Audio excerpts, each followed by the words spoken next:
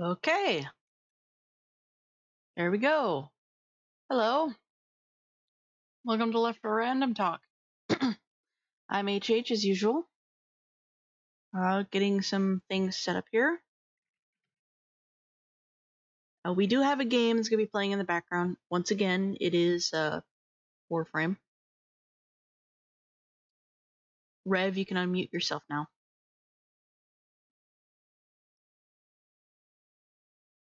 Hello. Hello. All right.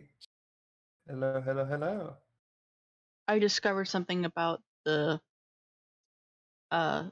stream program that I'm using. Oh. So you know how I am streaming on both YouTube and Twitch at the same time? Yep. I discovered that the service that allows me to do that has a chat window that will display both websites' chats at the same time. So I don't have to miss people in a Twitch talking. But yeah. Okay. Okay. Fair enough. I I'm have just food, it's posting cereal, just in case you're clinking. I'm gonna start up the game for you. Right. I'm just linking around the Oh God, the show. Yeah. Around it and other places I go to. This is usually why the intro music is so long, is because we share the two links to everybody. Yep. Or at least try to. Shut up, Ortis. We try so hard and yet we fail so miserably. Yeah. We say we're professional, but really We're not. We're really not. uh-oh. What's going on, Restream? What happened? I gotta see what's going on with the service I'm using. Is it crashing hard? No, it's something on a Restream.io's side. I see.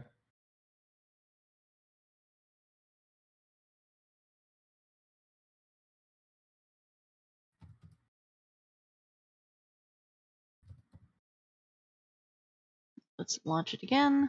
See if this works. I can hear some baby birds outside my window screaming. I am concerned. Is the cat after them? I don't know. We have a lot of cats in my neighborhood. Anyway, let's are you ready? Yeah, I'm ready. So tonight's topics are we are continuing our Ratchet and Clank coverage from last week. Kind of went over a bit. Do video games benefit if they're done like movies, or do they do poorly because of it? Our favorite video game weapons and our fondest memories with those weapons, and video game merch dreams, hopes, and is there a game with merch that shouldn't have it? You added that one, didn't you? Yeah, I added that last night. It's like, well, it makes you think, like there's bound to be a game that you wish did not receive merch because it was that bad. Anyway, we're not gonna start. We're not gonna start with that one just yet. Should we continue with Ratchet and Clank or go with something different? Well, I think we should start with something different first, and then we'll do it second. Kind of ease into the whole thing. So I guess we should just start with the second one below the first. So that is, do video games benefit more if they're done like movies, or do they do poorly as a result? Oh boy. I know there's some games that benefit from it, but not many. I don't know where Halo stands in that. No, the biggest ones that come to the top of my head are the ones about David Cage specifically, and that is Heavy Rain, Two Souls, and Detroit Become Human. Oh gods. Yeah, that one is. I mean, I've only seen. I don't have the game. I didn't buy it or anything. I'm watching just this huge cutscene compilation for just for one of the characters alone is 2 hours. Mm-hmm. That's 2 hours of my life I'm never getting back. Ever. But I'll admit, it's actually very compelling. From the I haven't finished it, mind you, but from what I saw, I was thoroughly enjoying it. I had fun. It was good. And this kind of paints my biases a bit, but I actually do believe that video games benefit more sorry, benefit more if they're done like movies, or if they have a movie style what you call it? Movie style. A movie feel to them. Yes, that's it. Okay, now that makes a little bit more sense, because I thought you meant like, does a game benefit more if there's a movie adaptation of it? No, God, No. no. No. Some of them We do, covered not all of that. them. Not all of them. No. We covered that like in, what was it, 2 weeks ago with Shadow of the Colossus? No. Yeah, where we took a shit on that one director. Yeah, the Major Prickface, as I've come to That's call his him. new name, Major Prickface. Mm-hmm. Prick as in What cactus, not what you're thinking. YouTube, please love us. YouTube, please. Because Please, I now understand the algorithm. It's listening to what we say and it'll take things out of context. of course.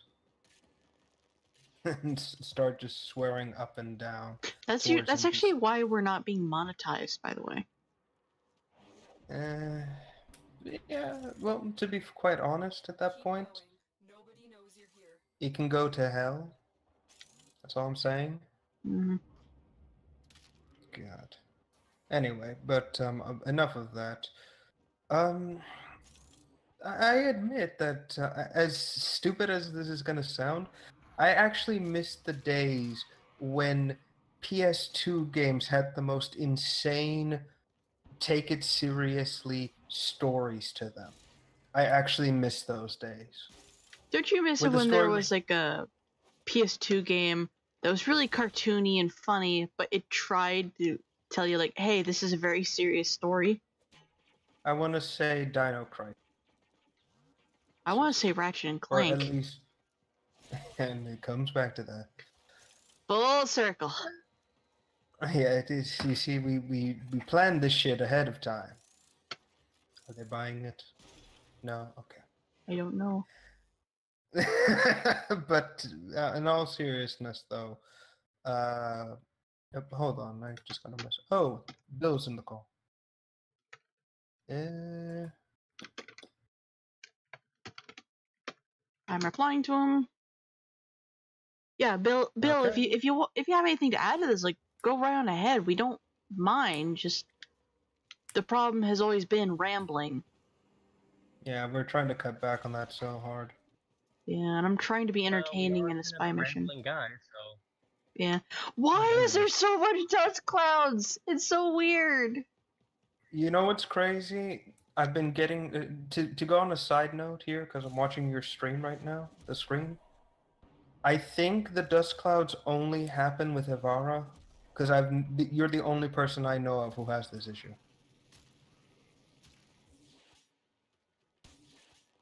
Wow. Anyway, but yeah, I do recall these. Like I said, there are a lot of games out there that have really interesting stories and really cool concepts. Unfortunately, half of those games are sorely overlooked because of it. Mm-hmm. And it's quite sad. I mean, there's a lot of Xbox originals or PS3 games that come out, and they have these like interestingly insane stories to them. Like Rat Attack. And yet, or and anything in general. And then Rogue Trooper comes to mind for me. I was gonna bring up Rogue Trooper. It has this. The whole thing has this weird feeling of I know Rogue Trooper started out as a comic before it became a video game, but it has that feeling of it being this cheesy '70s, '80s comic, and yet it's good for it.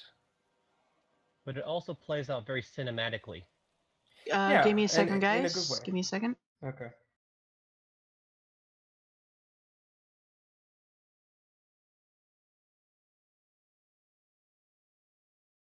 Oh, okay.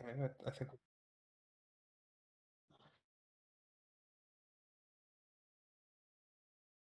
Okay. Okay. Okay. What I was saying was is that it has exactly like Bill said, it has a very good sensation of cinematic overlay. I mean, a lot of the story is it's stupid and kind of silly, but it has this air of seriousness to it, and I'm okay with it. It really plays out to me like the old, almost like MASH, the TV series, or like Good Morning Vietnam. It's like you got the war story, but you also have the comedy that makes it kind of a dark humor with it. So Exactly, exactly.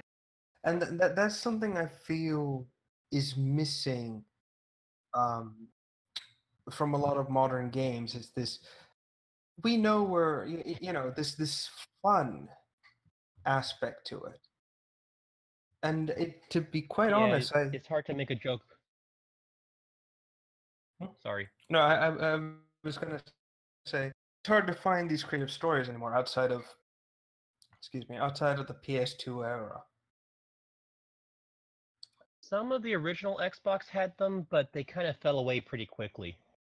Yeah, like off the top of my head, okay, what was the name of that weird fairy one? Um, Oh, Oni or something like that? No. Oni or Cameo, that's it. Yeah, that's it. That's it. That was Yeah, a good one. Cameo.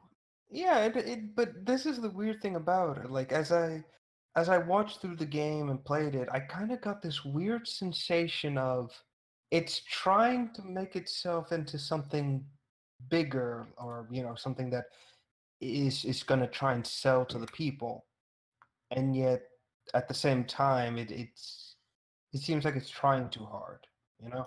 It kind of had that Spyro or Croc kind of vibe to me. Kind of, yeah, but it never went any. Yep. Hmm? Okay. Sorry, everybody. I was having to fetch my dad some flour tortillas from the freezer that is, And we were for some listening to it reason, all. stocked with meat. Stocked with meat. So I keep telling my mom, we don't need this much meat. What the hell are you doing? What we don't see is that her father is actually a barbarian, and he Oh no needs no all no! that He doesn't meat. eat. He doesn't eat beef. Okay, whatever. Actually, another another game that had a very interesting kind of story to it.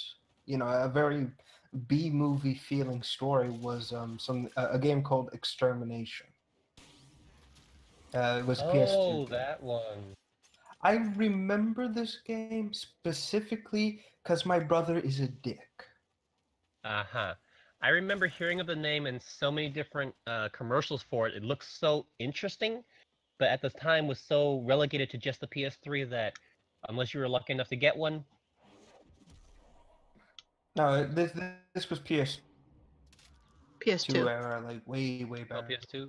in the day. Oh, I'm thinking of a different one then. Yeah, and it was to sum it up in like the fewest words possible. It is basically you are called in because of some sort of weird viral infection in the Antarctic, but it is Oh, very wait. obvious, I remember this one now. Okay. Sorry. Go ahead. and it was very obviously you can feel the anime vibes coming off of this game. What I was gonna mention, because I just remembered that one, it had the very big vibe of that, oh Christ, what was the name of it? It was a sci-fi movie in the Antarctic where you had all those parasites that took over the people. The Thing. That's it, thank you. But it was Wow. done in more of an anime How can you style, forget anime that feel. freaking name? I hate that movie. Easily, because I blocked it out. I hate that movie. Christ, you. Likewise, I hated it, that's why I blocked it out. Am I Jesus, actually the only those clowns person are here who likes it? indoors. Why? I'm Am I playing. actually It's part of the Ivaro's effects. Sorry, am Rev, I your turn. am I seriously the only person in this entire group who liked the Thing movies? Yeah. Really? Yes. Okay, Well, you. unless my mom joined us, yes. I've gone over this so many times with people. Like, medical wise, I don't like horror movies. I can't stand them. It is not safe for me. So yes, you are the only person in this room, in this call, that likes that movie and can stand it. I don't do horror. Fine. Jesus Christ, like I'm in a sauna in here. But still, like I said, extermination takes aspects from the Thing. Like a lot of the enemies are very obviously humans mutated into these weird, incredibly cheesy looking monsters. I say cheesy because it was obvious they were trying to make them look more disturbing than they actually were.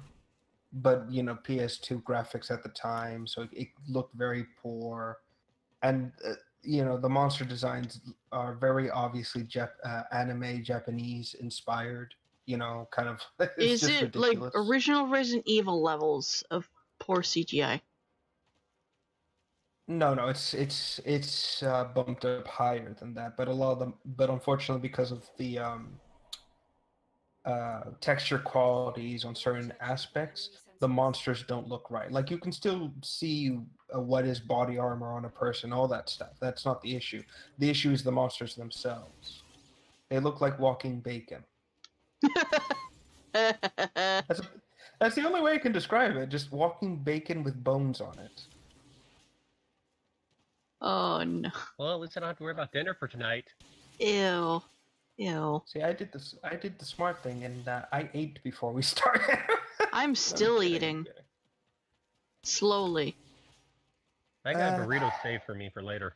I got There was cereal. actually the other aspect of the creature design is also that they have this gigantic glowing gem somewhere on the body, which is also very Japanese horror monster tropish. There's always has to be some weird gem powering the Steven fucking Universe theme plays in the distance. thing. It's all distorted and creepy and weird. Exactly. Even universe.exe. Truly corrupted gems. But and the ending of the whole thing, it was contained, but it was very much like the fuck. I Mhm. liked it. I mean, one of the big aspects is that there was actually a real threat of you, the player, dying from overexposure. Like at some point in the game, if you didn't take antibiotics to fight this virus, you would slowly start to mutate and transform into one of them. Like there was even a screen which showed your character like a lazy Susan rotation kind of thing, and you could actually see this weird infected growth on the back slowly overtaking him. Again, for a PS2 game, that was very innovative for the time. I gotta admit, that does make the game more inverse, or Immersive. in depth. Yeah, immersive. Because now you really got a race against the clock that has a lot of meaning to it. So Exactly, and in fact, but that's the only thing that I can say the game does well. The story just kind of peters out at the midway point. It's like, okay, Do I think of any other games that have a there. movie I feel? was Because I realize we've been you guys have been talking about this for a bit. yeah, I'm trying to think about a different one in the similar vein to that. Hold on, it'll come to me in a bit. there was one I was thinking of earlier, but I forgot the name of it. Can't remember it now. That was. Oh god, I'm sure that's the other one I'm thinking about is going to come to me eventually. And by Most of then the we'll movies already that be had moving a on. movie feel aren't even serious at all. All right. It was usually only the movie feel that made it seem serious at all, but then everything else was just, whoops, didn't mean to shoot that.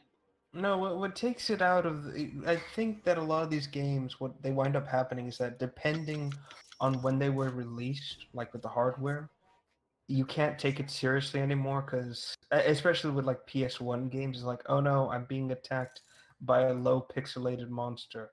The shock Oh, for me, horror. I was thinking of like something stupid like Lollipop Chainsaw. Oh yeah, that was But a that good one plays as more like a comic book, and it plays itself, like it even shows it is very funny and very stupid, but at the same time very good. That reminded me of what was that movie's name? Zombieland or something like that, where it was all hokey and comic-y Yes, kind of. Yeah. Zombieland, I had that vibe when I Scott was watching the Pilgrim. playthroughs for.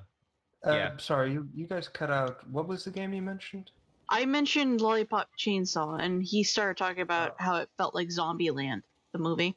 Oh, actually, speaking of it, now I remember what I was going to say. Dead Rising has Oh this god, weird kind of move. yes! Yes. That's another Definitely. one. I was thinking, like, there's a game out there that does this, but it's got, like, zombies in it, but I don't remember which one. Yeah, Because there's Dead so many Rising freaking zombie games. That's Hey about Joe, all you they want to make play a now. zombie game? No. How about we play Left 4 Dead 2? That's the only I'm up for zombie that if game we ever I get that can set up. tolerate. I'm sorry?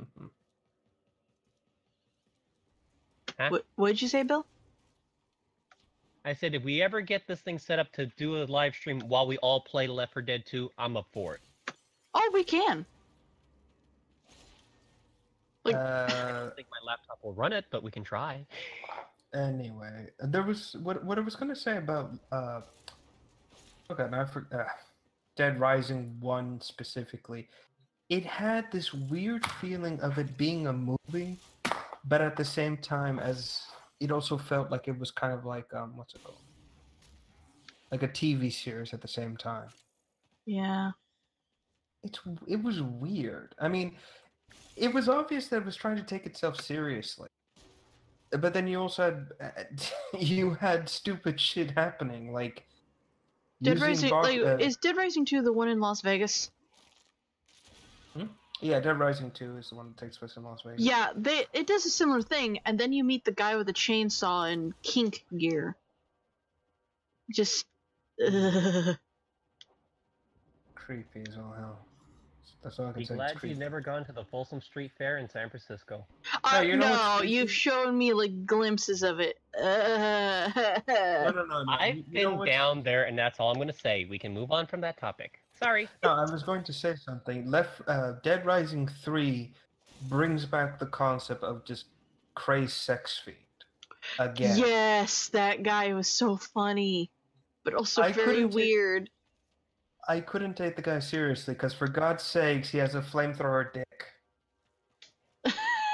I'm not making this up either. I think with Dead Rising 3, it plays itself as a bit more serious with like how the bosses die, but then like brings you right back to like, hey, this is a very funny video game when you see the main character's reactions to everything. Exactly. And this is the thing I feel Dead Rising 2 blends comedy and seriousness in a good way. Like, you got the protagonist of 2 he's playing this straight-faced, and he just can't believe the crazy shit that's happening around him. And he makes like amazing puns. Exactly, and it's crazy impressive. And then, but you got Dead Rising 1, and it's the bosses you fight in that are less funny and more creepy. Oh yeah. Like this Dead Rising can I 1. Sorry. Go ahead. I was going to mention real quick. The entirety of the Dead Rising series is one of those few gems where the dying art of humor and seriousness blending at the right timing is still seen in full force. I do like if we can promote like a YouTube here, Kraken's Dead Rising 2 videos. Oh That'll my God, work. it's Demon. That still cracks me up. I love the entire thing. Their exaggerated reactions to the puns. But I'll say this: 3, like you said, 3 has this weird mix, and it doesn't do it too well. But at the same time, it does feel like they what's the word I'm looking for here? They tried, to make it They serious, but they also as pushed it. lighthearted. Yeah. 4 is where they basically killed the whole thing. I forgot they made a 4. Oh, that's the one in the mall, isn't it? Like The the return to the mall. mall. But this time during Yeah. Christmas, and that was just painful. I mean, I didn't mind I didn't mind the Christmas aspect. I found it quite charming. I just like that one of the bosses is fucking Santa Claus. Santa Claus has lost his fucking But he's mind got tonight. giant claws too. the Play on only Santa thing, Claus. yes, Nightmare Before Christmas did first. Mm-hmm. Well, The oh Go ahead. yeah, they did. I had to think about that because I remember I used to work at a beat store, and the chick I would work with would play the Nightmare Before Christmas soundtrack over and over again. Oh no. It not to the point other where I got repetitive, to the point where I know I know what song it is, I know what they're talking about, okay, and I have okay. never seen the movie. All right. Wow. All We're right. gonna have to sit down and watch that together at some point. Nope. We do. Nope. We do. No, it's happening. It's happening. Mm-mm. The other thing that I want to bring up about 4 is none of again it has this movie feel to it, but it feels like a direct to DVD movie, Yeah. Like where the other 3 came out in theaters, this one just it was so bad we had to put it to the DVD right away. Like just fuck it. Put We it had right there. we had like the theater first.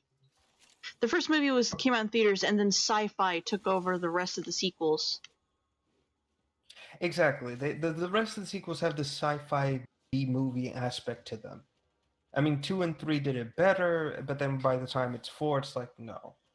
And you can tell that they were banking on a lot of aspects. I mean, I love Frank West in this one. I find him very funny. I love that the whole reason he gets tricked into this is because he loves mini golf so much. I find it so funny and charming. But everything else of the game is just... It's Capcom pushing too hard. I mean, Again. have you seen... No, you know why I say this is because they actually put in their games that they made into Dead Rising 4. Mm-hmm. Like wholesale. You can get, like, you know how in the game you can go in and get costumes? Mm-hmm. And dress up. Yeah, this game actually has the costumes of every character from their video games in it. You can dress up as anyone from Street Fighter or Mega Man or even Beautiful Joe. Okay, now that one's good. That was another one I was about to mention, but then again, there's another game I have never seen. I played it a lot as a little kid. Like I didn't get most of the know, jokes. I know my ex would play it whenever I would come over to visit, but otherwise, I've never seen the game. There is one other costume I think they added with everything else, and that one is you can dress up as Amaterasu for the game.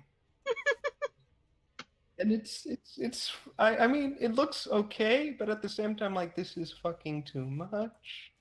Please stop. Poor Amy. Poor But yeah. Amy. She didn't Yeah, deserve like- that. She didn't deserve it. No, it's terrible. It's terrible. Anyway, but I guess that covers everything in terms of games as movies. They benefit if the story, they benefit from a movie-style plot if it's done well, but they suffer as all hell if it's just so poor it's bad. Yep. I only have one quick comment before you move on to the next topic. Sure. The way they did Dead Rising and how they pushed it through to the 3rd and then the 4th segments reminded me heavily of the way they did series like Sharknado. Oh. Yeah, they tried to market something that nobody wanted. Yeah, that's the only thing that came to mind as you were talking about it. Was just like, it's like Sharknado all over again. The only reason Sharknado exists is because people find it so stupid that it's entertaining. It's just the name. That's why people drift to it. Mm-hmm. Yeah. Yep. All right. Let's carry on. Next topic. So we've covered one topic. I guess we'll just go into the Ratchet and Clank one then, since that would probably take up the most time. Yep. All right. So what we ended off on last week was, we covered the original Ratchet You and Clank. were finishing up the explanation of the entirety of each game, finalizing with a quest for booty. God, that fucking name still cracks me up. That was another thing we left off on. Like a majority, if not all, of the titles of the Ratchet and Clank games are innuendos that you don't realize. It doesn't Or click different for a while. forms of slang. Mm-hmm. Rip I ya missed a new one. Yeah. But yeah, like you were finishing up the quest for booty. Yeah. So. Booty Like I is in said, pirates. YouTube. Yes. Pirates. Yeah. Dear Quest gods. for Booty is, like I said, it was like I said the week ago. It was probably supposed to be just a DLC game, but they said no, package it as its own game and sell it for $60. And it shows. It freaking shows. Like what is it? The weapon wheel is only just one weapon wheel. That's how few weapons there are in the game. Mm-hmm. It's, I mean, if it was like a little nugget game that came out for maybe like $20, it'd be fine.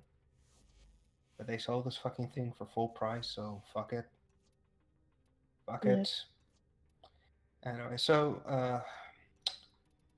yeah, basically the game just boils down to, Ratchet trying to find out where Clank is, facing the pirates once again, and ending on a note where no, actually, this is my favorite part of the entire game.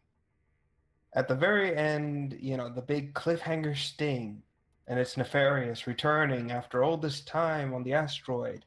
And then as he walks down the stairs, he fucking falls. Yep. Makes himself look like an idiot. Which is classic of Nefarious, because as we mentioned, sometimes he will lock up when he gets angry and start playing recordings of a soap opera. And you have to slap him to get him to stop. You know for a fact that's the only reason he's still around. Just to do that.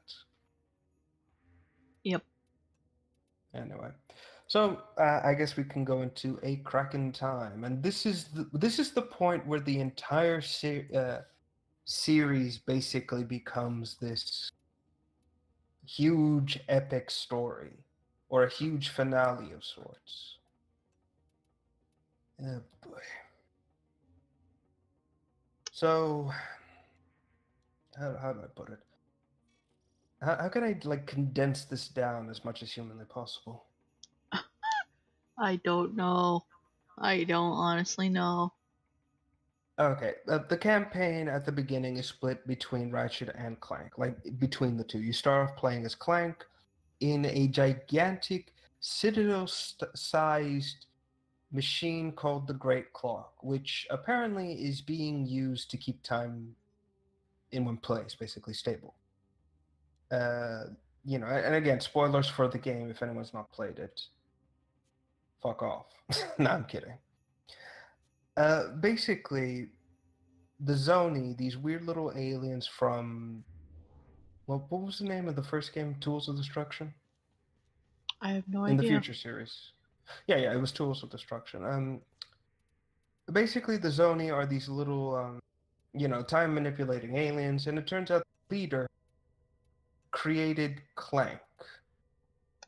I say, again, it's difficult.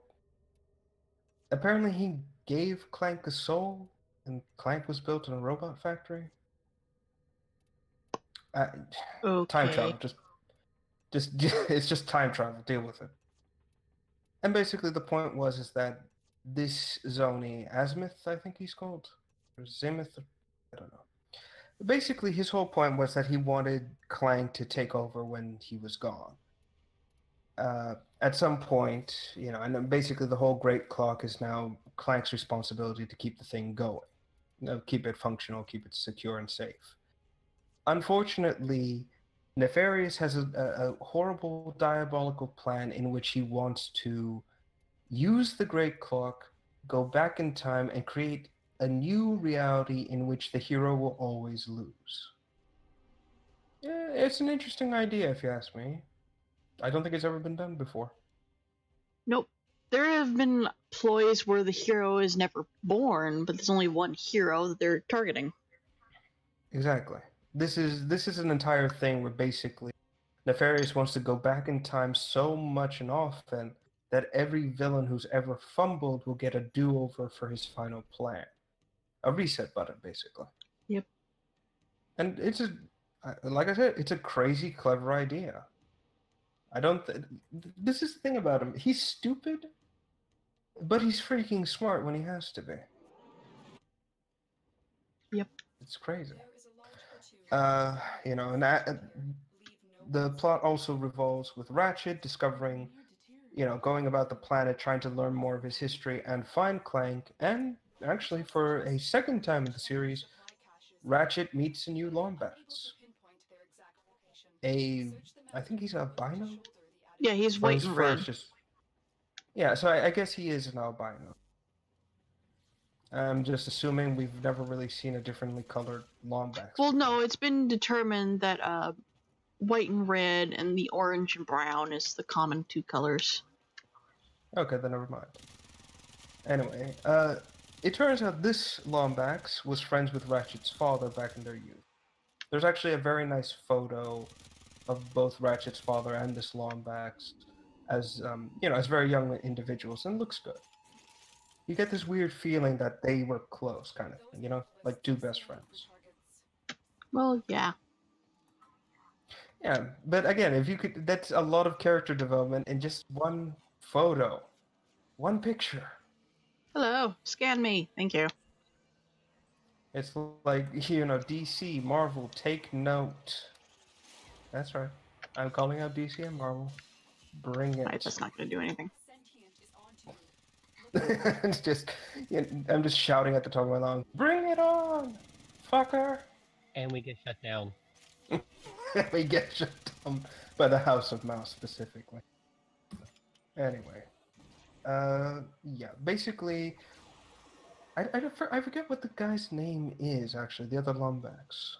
Oh God, I'm terrible with names. Alistair, I think it is. Alistair. Yeah. One of the two. Alistair.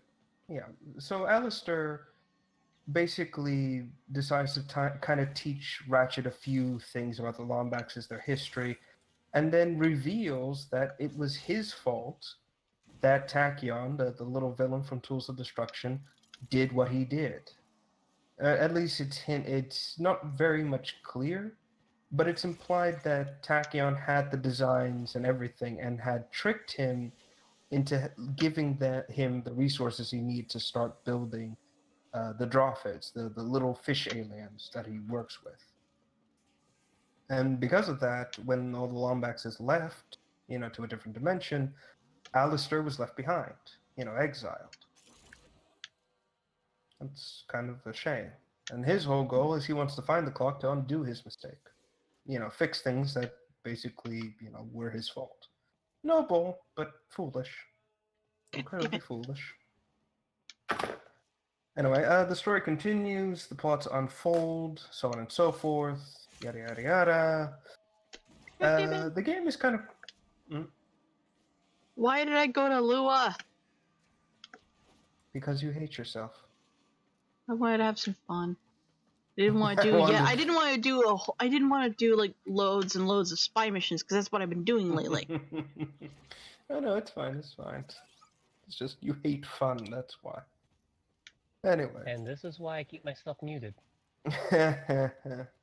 This is why I really should not let the sentience scan me at the beginning. Mm-hmm. Anyway, the game's kind of interesting. Plays like the other. You actually have space exploration this time. Oh yeah, that was the best. That was like the big thing about that game. Yeah, and personally, free roaming. Personally, I found it very impressive, very interesting. It worked well for the time. Yep. You know, a lot of story stuff happens, a lot of bonding between Ratchet and Clank, and you know, them coming to terms with something or another. Generic stuff, generic stuff. There is also a bit of time travel involved, in which Ratchet will go back in time and alter the past ever so slightly to change the outcome of the present.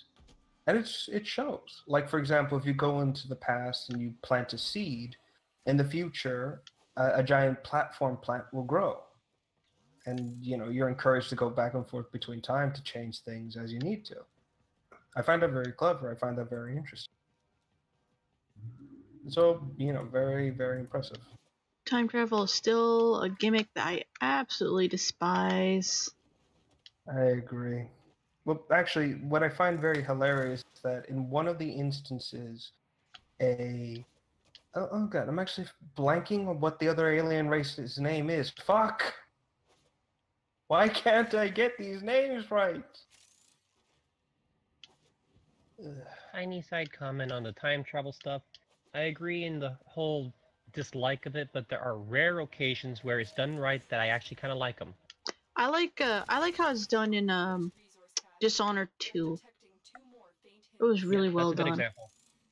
Yes. Slight alterations to just one Like event. nothing like world changing, it's just minor Exactly. adjustments. Exactly. Right.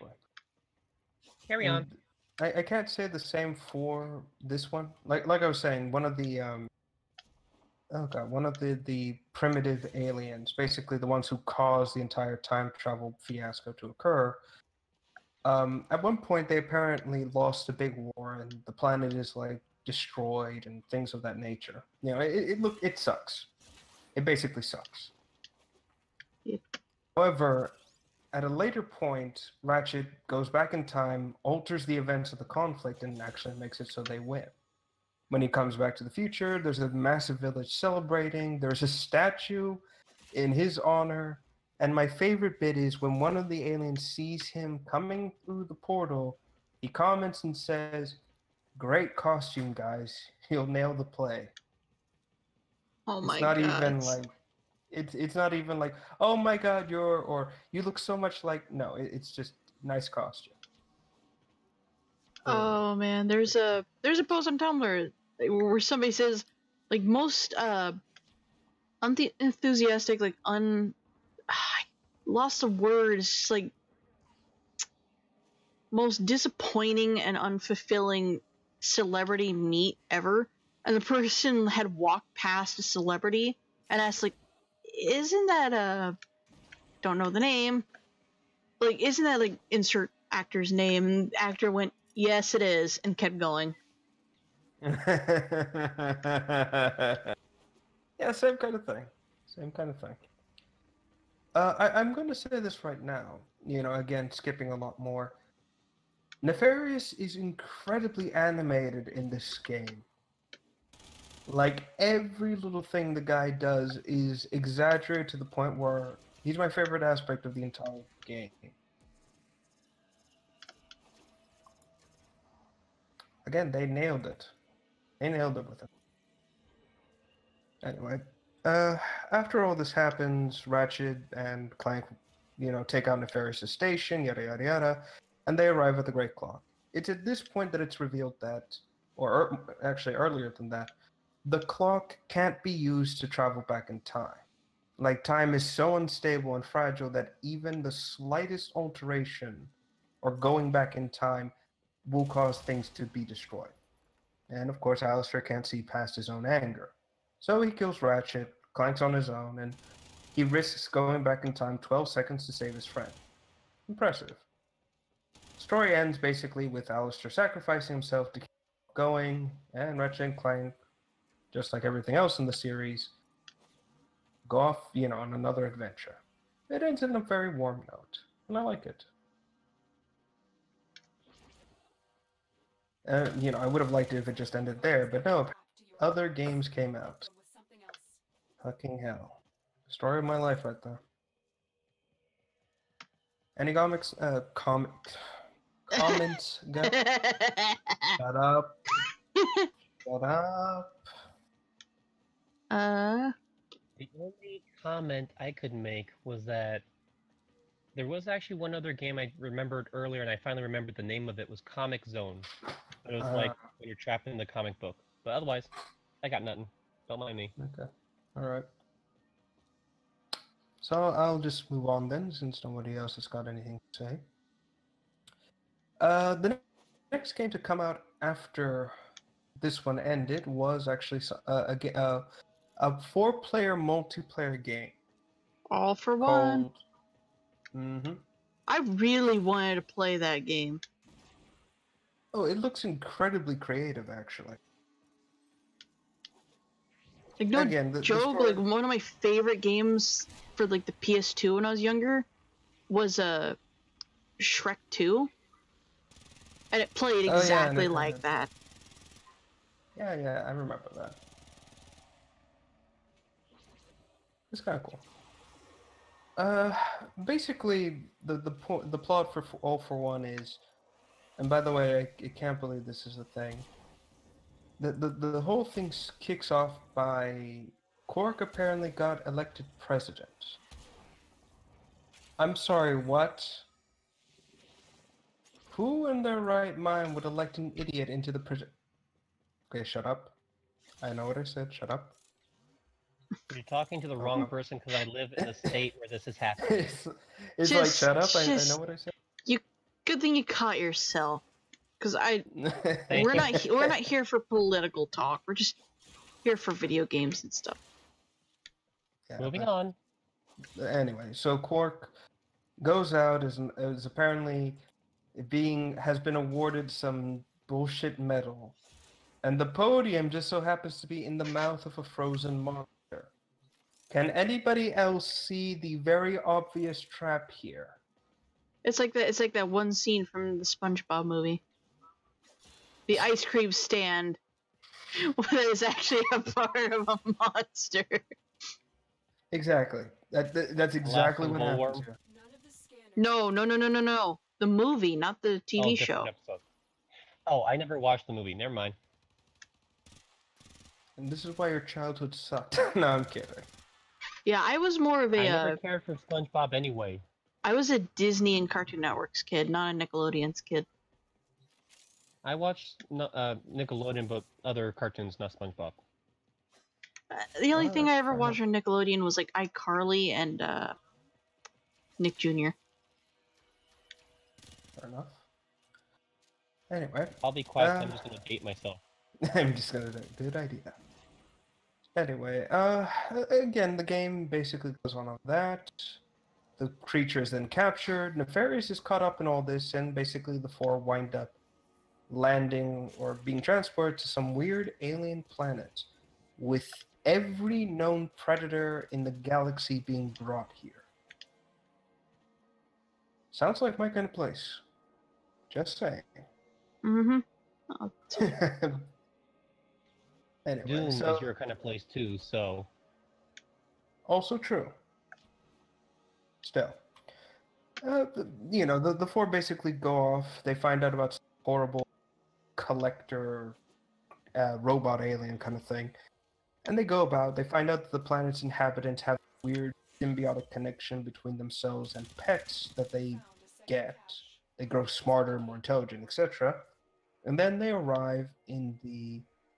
You know, at the final boss's lair, and it's revealed that the main villain that everybody thought was behind it is actually not the main villain. He's some old man who's been captured, and it turns out his pet, which could be the equivalent of a Chihuahua, is the real villain in all this. Again, I'm not making this up. Well, it's Ratchet and Clank. There is no way anybody would ever doubt that. Exactly. It's just everything I'm saying is 100% truth, and yeah. Anyway, it turns out that the pets are in fact the souls of enslaved aliens, like some sort of dark matter species, I think. And it turns out their bodies were destroyed long ago and their souls wound up trapped in these little critters. Basically, what the main villain is trying to do is collect every lethal and dangerous predator out there so he can splice them together, or their DNA together, and create the ultimate predatory body for his species. And it winds up happening. He winds up creating the ultimate beast for himself, which you have to fight. I'm going to be honest, I love the design of the fight. It looks terrifying yet cartoonish in all the good ways.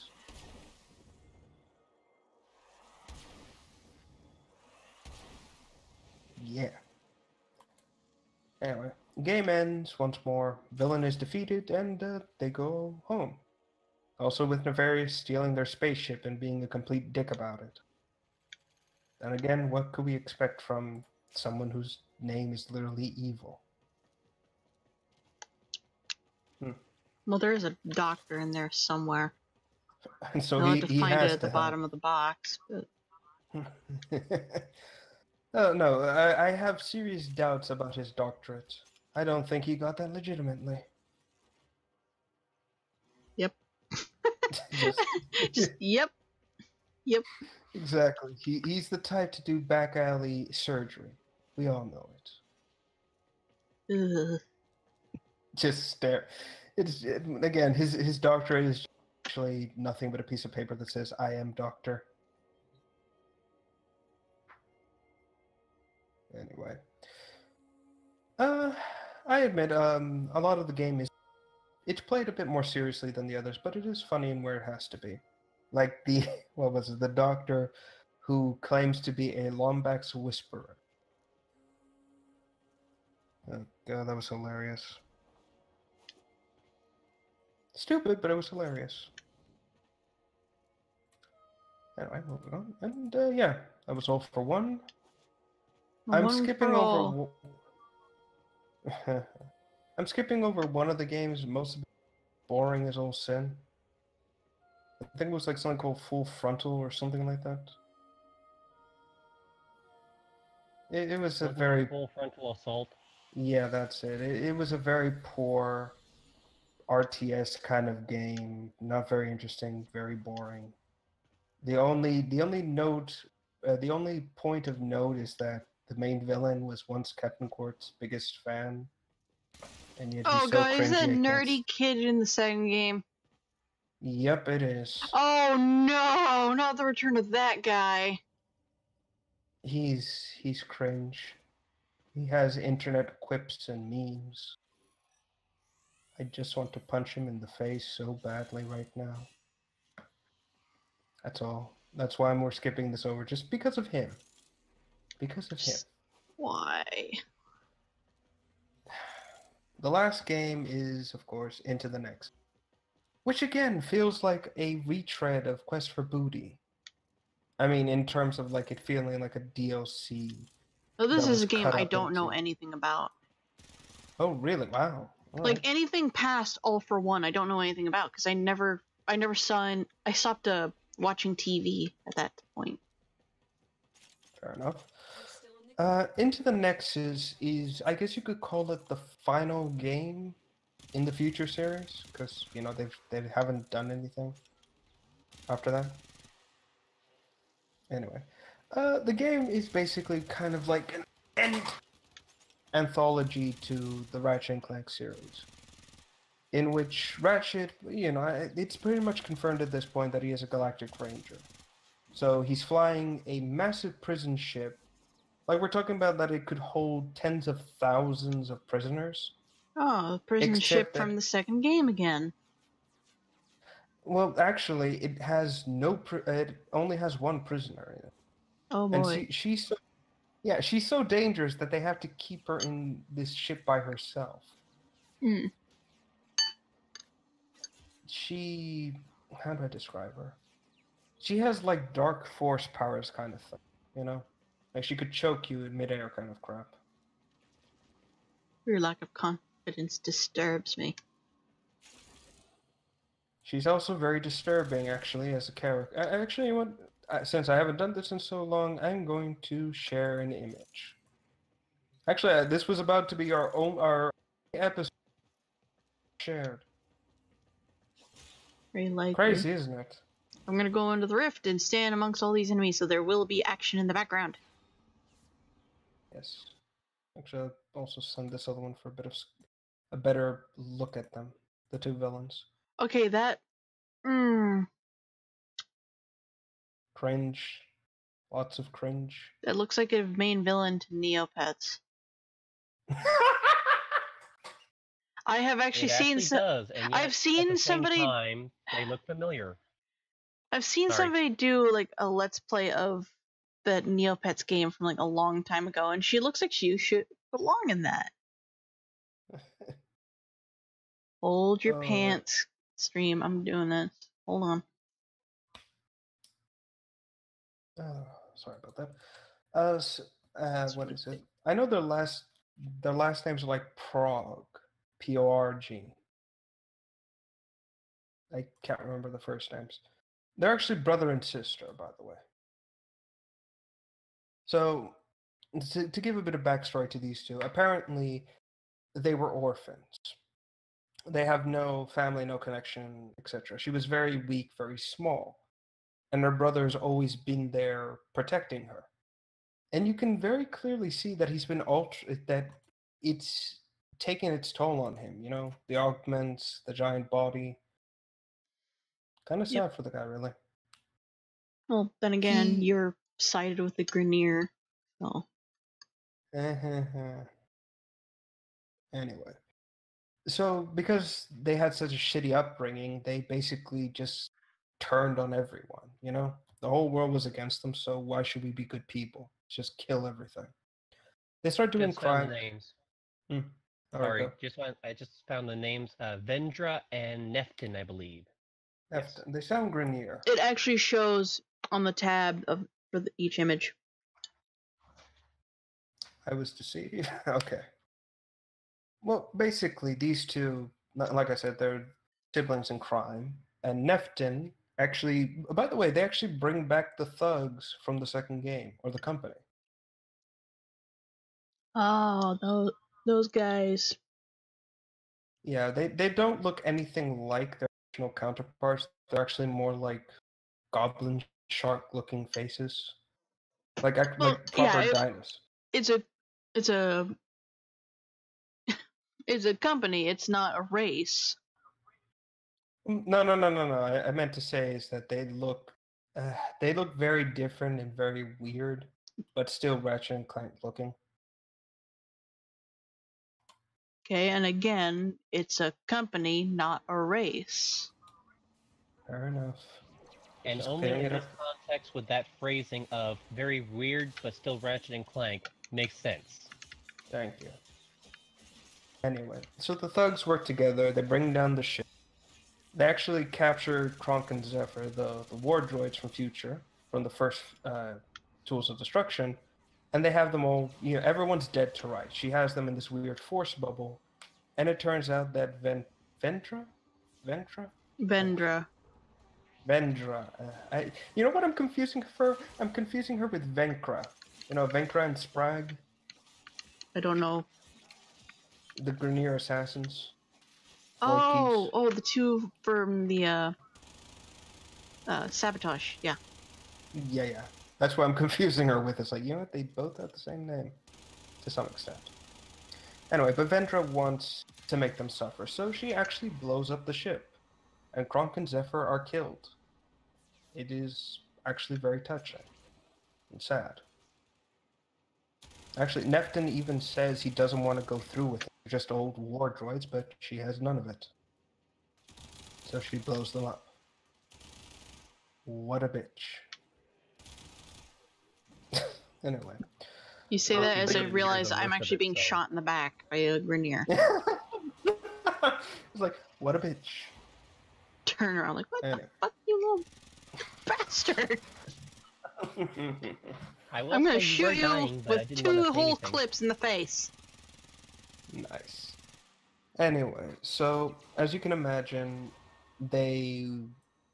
Ratchet and Clank land on another planet, and then they find out about a different planet that has been completely destroyed. Like something weird happened. It's basically a ghost planet. It's all dead. After going through it and finding a scientist the thugs captured, and Clank getting a weird teleportation ability, like his soul gets teleported into the Nexus, as it's called. It turns out that Vendra has been actually talking with an interdimensional being for her whole childhood.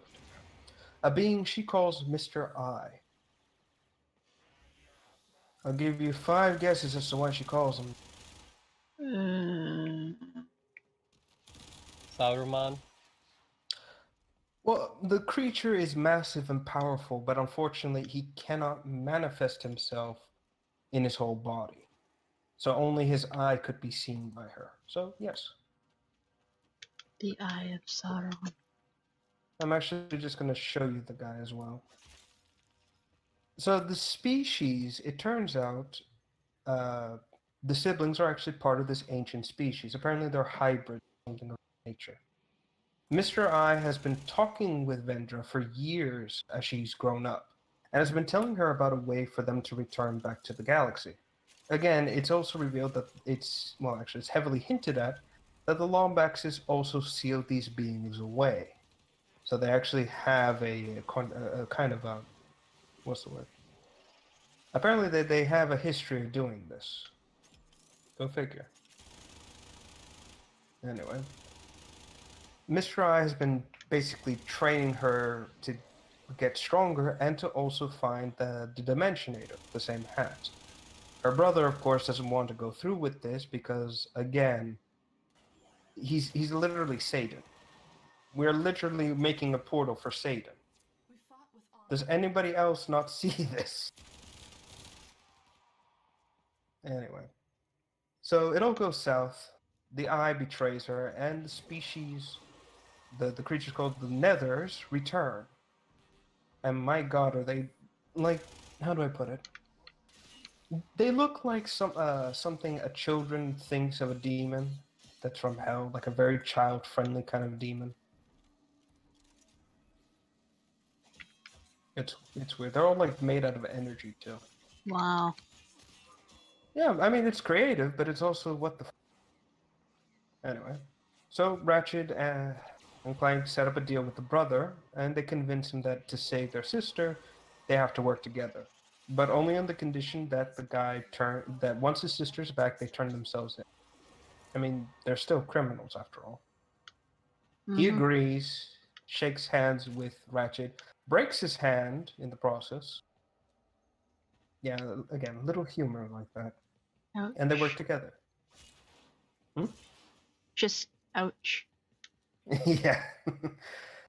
Anyway, there's actually one thing I like about the game as a whole, and that is there's a museum, and there's a whole exhibit dedicated to every game that came out before. Like you see the old weapons, the locations, and some of the bosses. It's pretty cool. Yeah, in the previous games, you would have to like the PS2 games, you would have to do weird things in order to unlock the Insomniac Museum.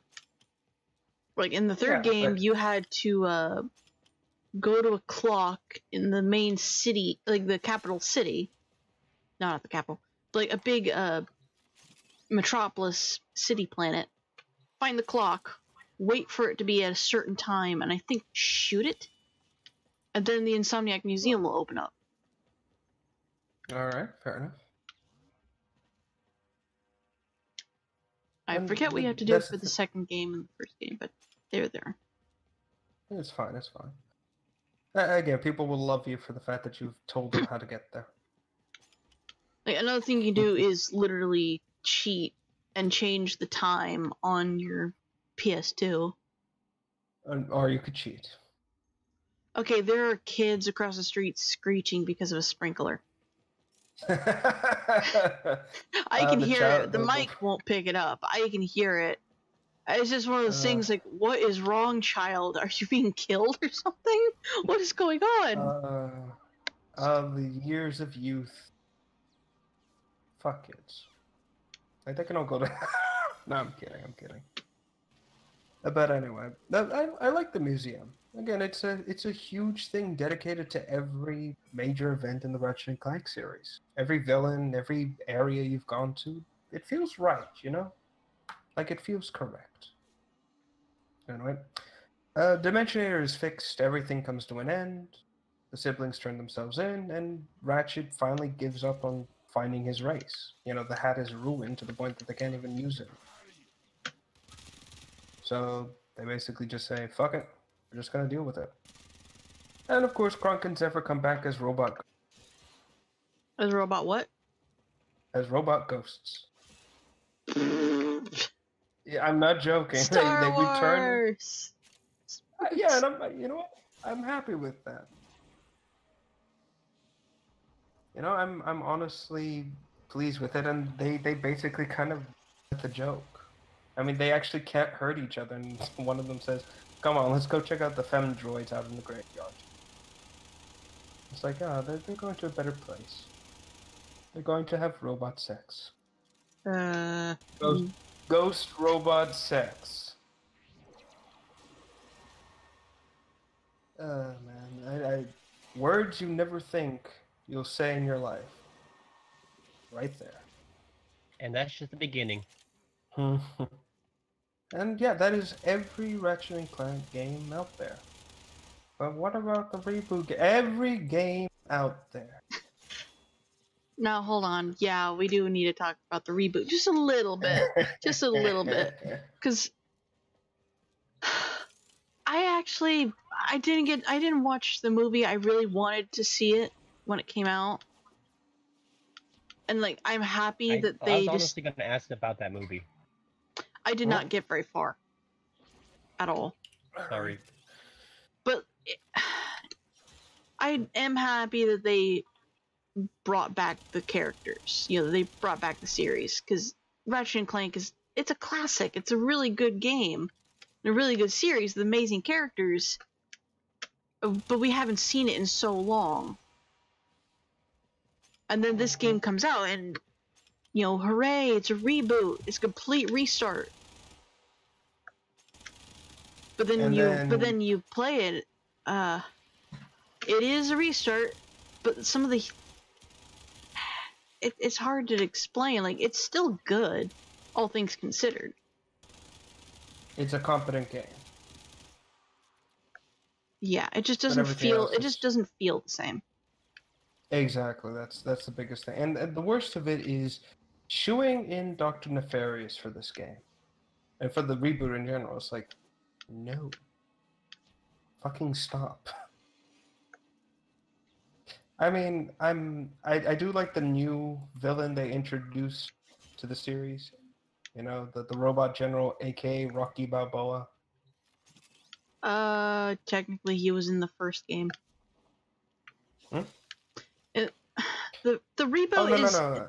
The reboot is basically the first game, but twisted and redone. Yeah. And there was a giant robot character that worked for the bad guy that acted like that. He appeared once and then never returned. You got to kill him at least. Yeah, that's a plus. You get to kill somebody. Well, actually, I like this guy for his design mostly. It feels like something out of Robot Arm, Metal Arms, that old PS2 game. Which makes me wish there was a sequel to that fucking thing.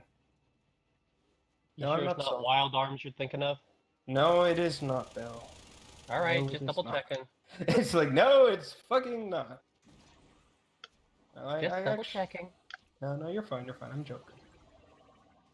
Anyway, I do like him, and it is actually, the guy is actually voiced by Sylvester Stallone.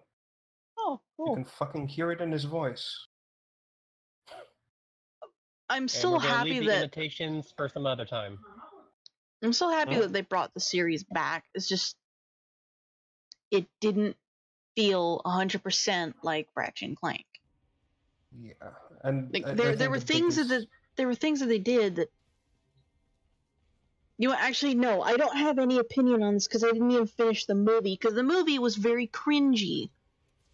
But I'm pretty sure the watched- game was really, really good. I went to watch the movie, and the Fucking big lucky. thing.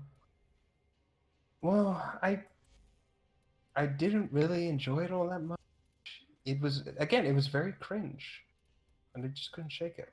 Like I did not get. Go ahead. I got as far as the guy coming to pick up his ship at the beginning, and that was it. I did not get far. And for the game part, I got as far as the invasion happening on the planet. So I got a good distance in. But from what I've heard, the game is difficult in a good way. Yeah. From the movie, the only bit that got me to fucking laugh, and one of the robots gets knocked off the bridge. He does the Wilhelm scream, and another robot immediately leans over the edge trying to reach out. Wilhelm! I was cracking up. I was dying. And another one was, of course, one of Stallone's lines, where the bad guy asks, "How do you beat a hero?" And then he immediately says, "Oh, lock someplace. Knives, guns, rock." They just look at him for a moment, and he just, his hands up, and he just says, "Rock." I am easily amused. Yeah. I should probably try and see about watching a Let's Play of the game, at the very least. The game, the only reason, the only problem with the game is that it intersplices scenes from the movie, and it's very jarring. Mm-hmm. And from what I just looked up, the movie is not worth looking at. So you're better off with the Let's Play of whatever game. And that is sad, because it is Ratchet and Clank. And I remember back when Tools of Destruction came out, there was a little short bit where they were talking about a movie, and they were super excited about it. Everybody was excited about it. And then this happens. The game was excited. Yeah, everybody. Then this happens. It's just. Yeah, I looked up Rotten Tomatoes here for the movie review just to kind of get a little bit of an idea of what happened and everything.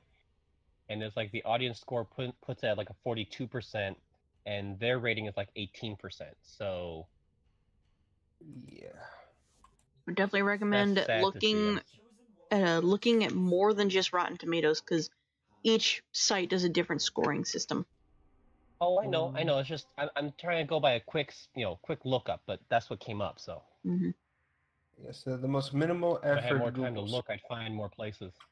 Yeah. Still, personally, at least from my point of view, I'm ambivalent. I'm okay with the ideas they wanted to do, and I'm okay with how nice everything looks. But I'll go back to the PS2 games and watch the story unfold. I'll go back to Up Your Arsenal, because that one was my favorite. By the way, these two topics have taken up an hour. That was quick. Yep. We're getting better, damn it. We're getting better.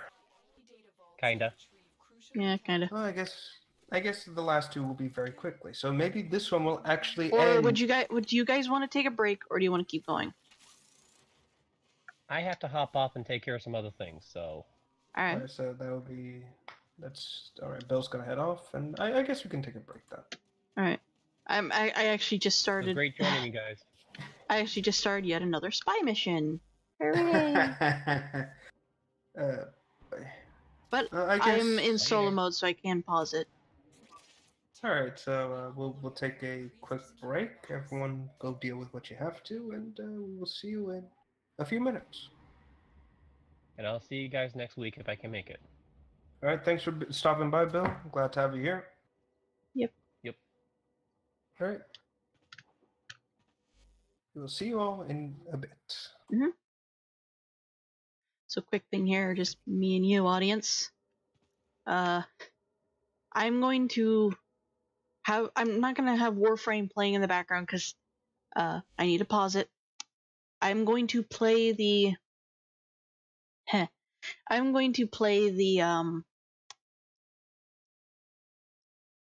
uh, the music that I made for this podcast. I am everywhere right now.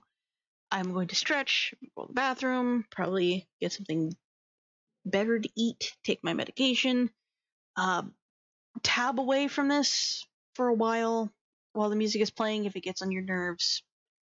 We're working to change that real soon. We're just indecisive little pricks.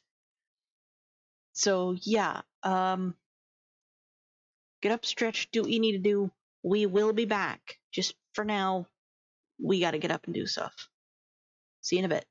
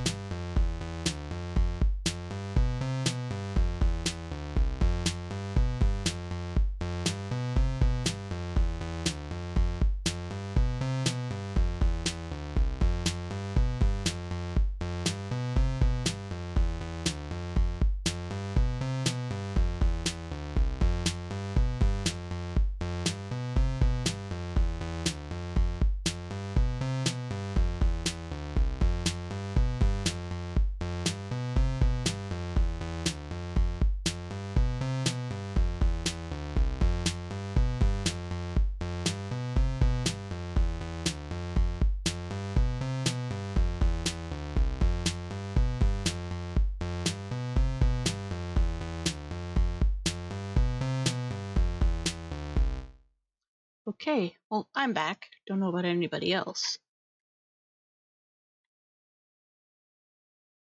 Game capture. For that.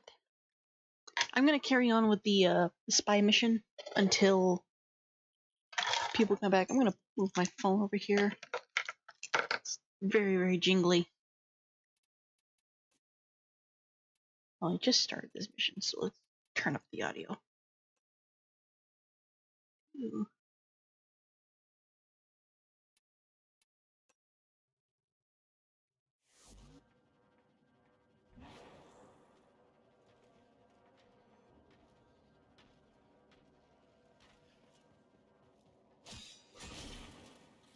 Yay. Robot murder. Emphasis on robot.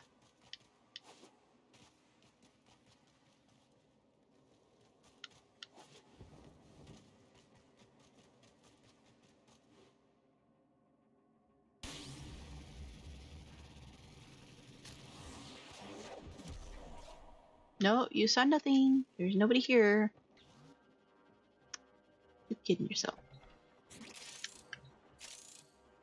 I may have messed up. Haha.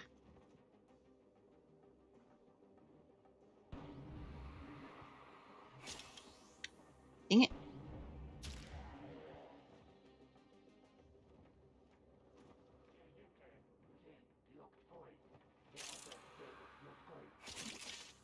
Did one of you guys blow up an explosive barrel?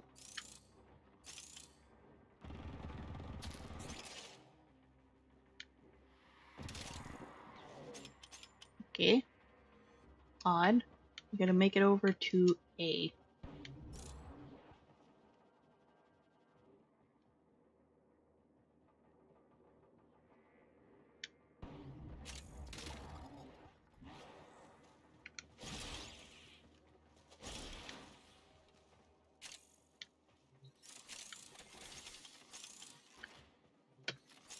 One thing to know about me in this game, I am insanely greedy.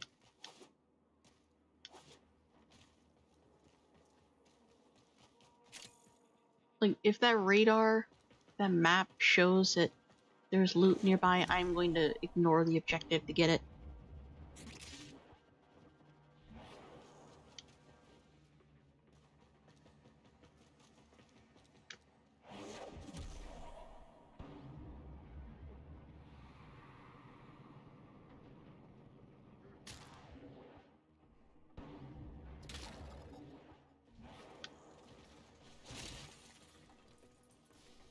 Ooh, what's over here?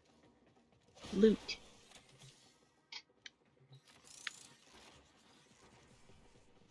The issue is I can't play music in the background because it'll overpower the game. You're nearing the console. Trigger the alarms now and they will start destroying the data. Thank you, Space Mom. Well, actually, no, you're not even the real Space Mom. You're just Ortis.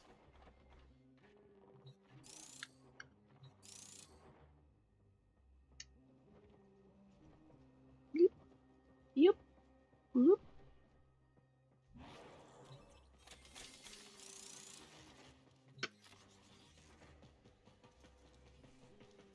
I do like the music of this game, but at the same time, it's repetitive.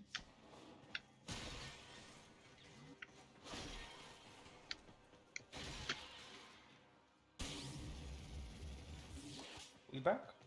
Yes, I am, and we're back to streaming. And welcome back, ladies and gentlemen. We are back. I've been playing the mission as we've been waiting. I have tea. I still have yet to take my medication, though. Alright, well, I guess we should get on to our last two topics of the evening. Our favorite video game weapons and merch streams. What we hope to see is merch. Yep. Data extracted. I'll let you decide which one you want to do first. I guess we'll do the video game weapons then. Oh. And someone is so happy. I think I talked about this in a previous episode. I'm not sure. I think we were talking about a gun potentially for Warframe. And I talked about my favorite gun from a different game series. Possibly. You're still in the Possibly. clear. No Yeah. detection from Why don't you go enemies. first? Because I gotta have to think about mine a little bit more. Let me think. Okay, Favorite maybe I video should go game? first then. All right, go for it. So, when I was younger, I used to play a game called Turok, and Turok Evolution was for the PS2. And in Turok Evolution, you get to a certain level where you get a gun that shoots nanites, itty bitty little robots that get into your bloodstream. Now, this gun was gruesome, but also a lot of fun. You targeted possibly 3 or 4 enemies at the same time, you pull the trigger, and the little nanite robots do their gruesome, dirty work. Gruesome yet beautiful. I just want to see how many times I can say gruesome in a short amount of time. And now she ruined it. No, I'm kidding. And the enemy, when they're infected by these things, go into a T-pose and they start jerking about, like kind of twitching and vibrating. It's the little nanites in their bloodstream attacking their body. And like suddenly their arm will explode. And then their legs will explode, so they're like a CPR dummy. And then their head will inflate and explode because of these nanites. Christ. It's my favorite gun in that game. Console is nearby. Actually, funny you mentioned that. One of the games I've played, Red Faction Guerrilla, has a nanite gun.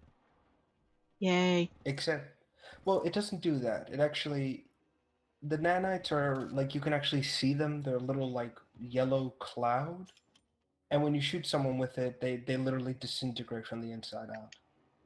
That's Like cool. if you hit them in the gut, they'll start walking forward, and they'll just drop down as every piece just disintegrates. It's messed up, but it's amazing. With Actually, Turok, like the nanites were like these little blue wisps that spiraled around the body. yeah, it's actually more like shooting acid at people than it is nanites. Well, God it Damn looks it, more. Kuzi! Terraria. Like no joke, when I first got this computer, it was to play Terraria with him and Nat. We played for Another. maybe a few days and then stopped. Sorry about that. Let me think. My favorite video game weapons are pretty extensive. I mean, God, the amount of guns I've used in video games is like on par with how many people I've killed in video games. Extensive. Another one of my favorite guns is from Ratchet and Clank. Up your arsenal, the duck gun.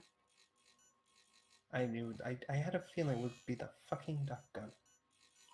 You have no idea how ecstatic I was to find and get it in the game and then upgrade it to max. Yes. Because when you upgrade it to max, like whenever you turn an enemy into a duck, they're like those little devil ducks, and they lay flaming eggs that explode. Yeah. Oh, excuse me. Yeah, I remember that. Or I saw. Yeah, I remember using that. I guess I can narrow down my favorite video game weapons into like a little list. And starting it off, the first weapon I think is my favorite is the energy sword from Halo. Yes, I like the Needler. That one was my favorite from that series. I like it because it's fun to use and it looks amazing. Like there's never been a lightsaber kind of weapon that looks quite as good as that. Yeah. It's quite fun. The second weapon I enjoyed using would have to go to Mass Effect. And I believe it could be... Let me think. Actually, the Avenger, which is like this heavy machine gun. Very big, very powerful. That is my second favorite. Third...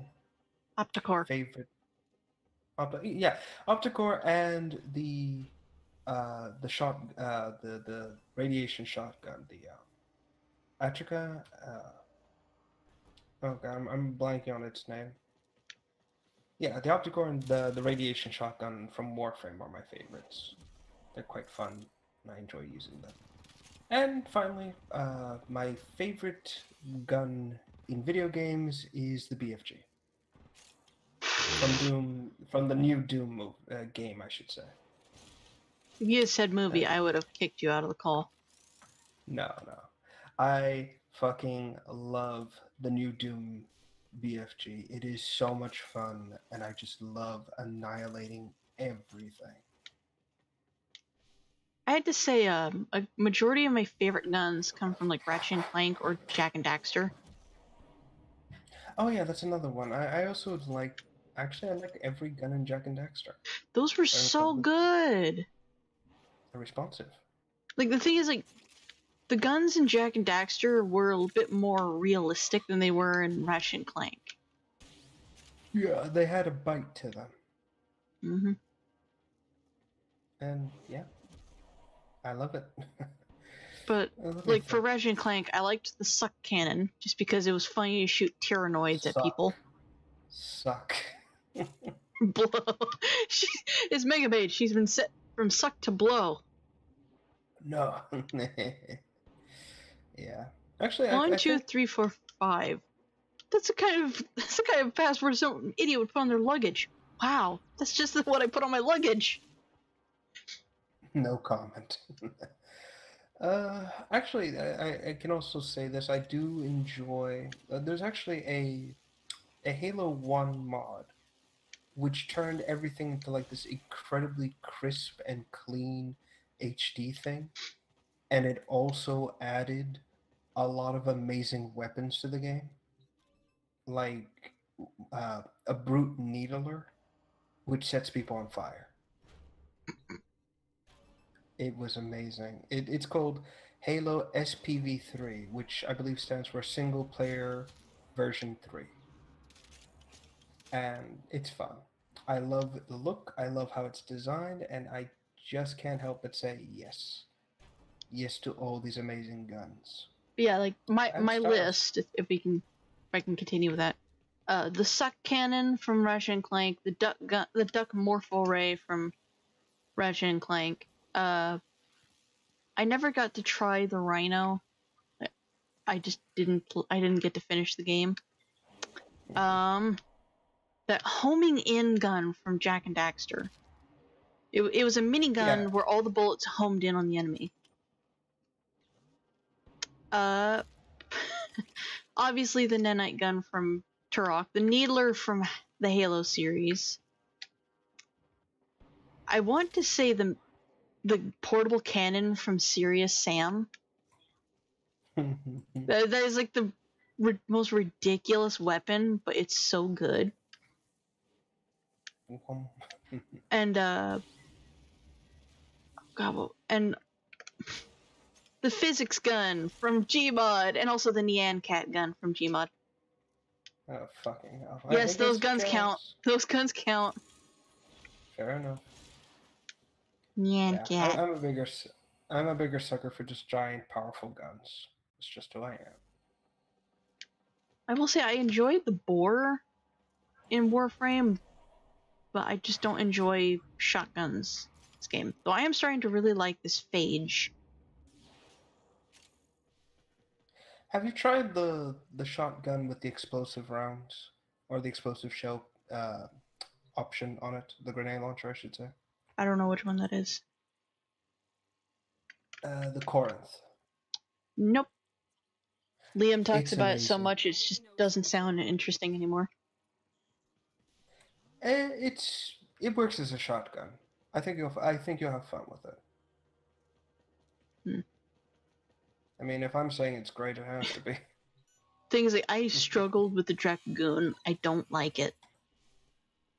Yeah, the Dragoon kind of sucks. Yeah. Anyway. So, yeah, I guess that covers the entire topic. Like, unless we want to be like a bit cheatsy and say the portal gun. It counts as a weapon because if you shoot at a living thing, you'll kill them. Very much so, yeah. So it counts. Yeah, the portal gun is another thing. It's a little mind melting, but it's good. It's more like a gun tool, I suppose. Mm, And like the Dead Space weapons, which are all just tools. yeah, that was an interesting take, but we'll have to talk about Dead Space some other time. Yeah.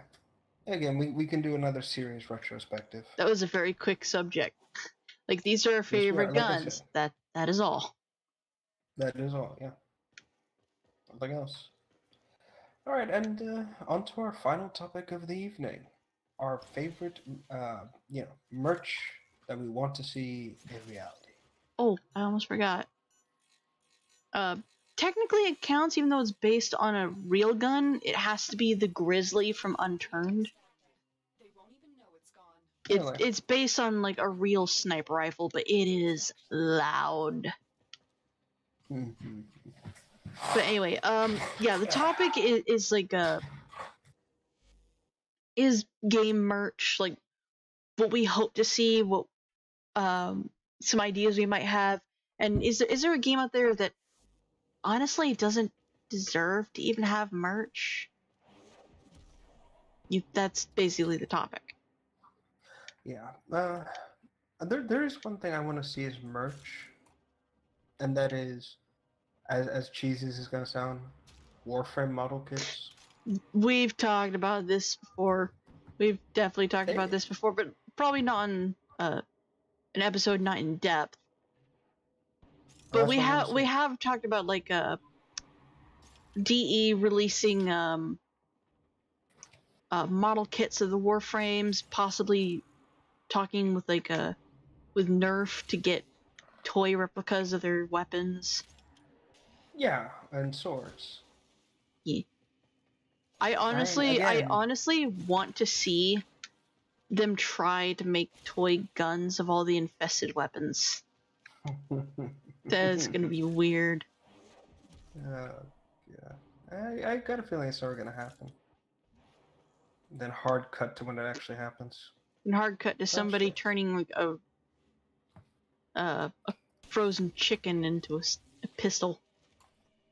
It's just really disgusting. Let me see what else.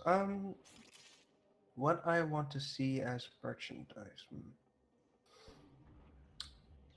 I can't say Mass Effect toys because that is a thing. Yeah, and there are like there is merchandise of the Warframes, but they're all statues. They're not. Yeah, they're statues. Kits. So. They're not models. They're just decoration. Yeah, that's what kind of irks me, because I again, DE is sitting on a potential gold mine. Yep. They're like, no, just release little statues. Like, fucking hell. I mean, granted, perverts really like them. Wow. Because there is one of Valkyr. Wow. Just. I talked with like I forget if it was you or Kuzi who was considering buying one of these statues. It was Kuzi. And he was torn between like I think either getting Rhino or Valkyr, and I pointed out Valkyr just went on sale like 2 minutes ago and it's already out. Yeah, people want that skin cat booty.